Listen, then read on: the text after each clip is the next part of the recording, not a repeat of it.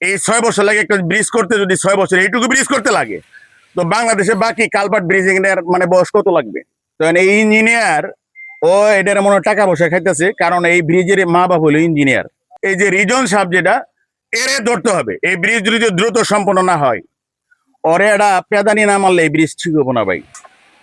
এই ছোটবেলার থেকে দাবি করতে করতে এই ব্রিজটা আইসে নিয়ে, যখন এই যে আমাদের আওয়ামী লীগ সরকারের শেষ আমলে যখন আমাদের এই যে এমপি ছিল মির্জাপুরের এই একাব্বর সাহেব, উনি নির্বাচনের আগে ঘোষণা দিলেন যে এটা 6 মাসের মধ্যে এটা শেষ হয়ে যাবে, আপনারা চিন্তা ভাবনা করবেন না। এটা আমি পাঠাইছি, বেশ ভালো কথা। এই এলাকার মানে সকলে প্রাণের দাবি, মনের দাবি যে আমাদের এই ব্রিজটা হলে আমরা অনেকটা উপকৃত। তো এই ব্রিজটা 6 বছর যাবৎ কাজ চলতেছে, কারণ কিছুদিন আগে এখানে একবার গন্ডগোল হয়েছিল।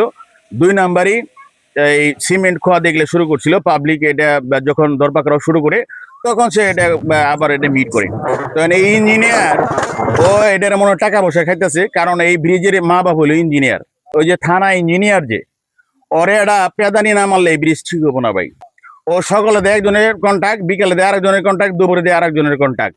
হ্যাঁ, এইগুলি সে শুরু করছে। এই যে ইঞ্জিনিয়ার, থানা ইঞ্জিনিয়ার, এর অনেক ঘাপলা আছে, এর ধরতে হবে। আমার মনে হয় যে এই ব্রিজটা স্বয়ংসম্পন্ন যদি করতে চাই আমরা, তাতে এখন যে পরিস্থিতি দাঁড়াইছে, এলাকাবাসী যায় এই থানা ইঞ্জিনিয়ারের অফিস ঘেরাও করে দাবি দেওয়া তুইরা দিলে হয়তো বা টিএনও সব এটা একটু নজরদারি করতে পারে। আমার মনে হয় যে টিএনওরা তো ধরেন কিছুদিন পর পর বদলি হয়, এদের কাছে যখন কোনো আবদার যায় তখন তারা এটা মানে তলায় দেখে যে আসলে বিষয়টা কি হয়েছে। কিন্তু এখানে তো টেনও ধরেন 1 বছর থাকে, 2 বছর থাকে, তারপরে তারা জায়গা। কিন্তু এটার তো মা বাবা হলো ইঞ্জিনিয়ার।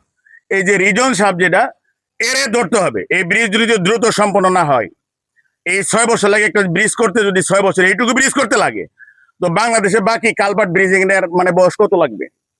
এই এলাকার এটা প্রাণের দাবি চাচ্ছি যে আমাদের বর্তমান যে থানা ইঞ্জিনিয়ার আছে, উনি যেন অনতি বিলম্বে এই বিষয়ে পদক্ষেপ নেয়, যাতে এই এলাকাবাসী নিয়ে ওনার অফিস ঘেরাও করতে না হয়, আমাদের দাবি দেওয়া তুলে ধরতে না হয় টিএনও সাহেবের কাছে। এটা আমার অনুরোধ, উনি যেন দ্রুত অবিলম্বে এই এলাকাবাসীর দীর্ঘদিনের প্রাণের দাবি, এটা যেন অনতি বিলম্বে কাজ সমাপ্ত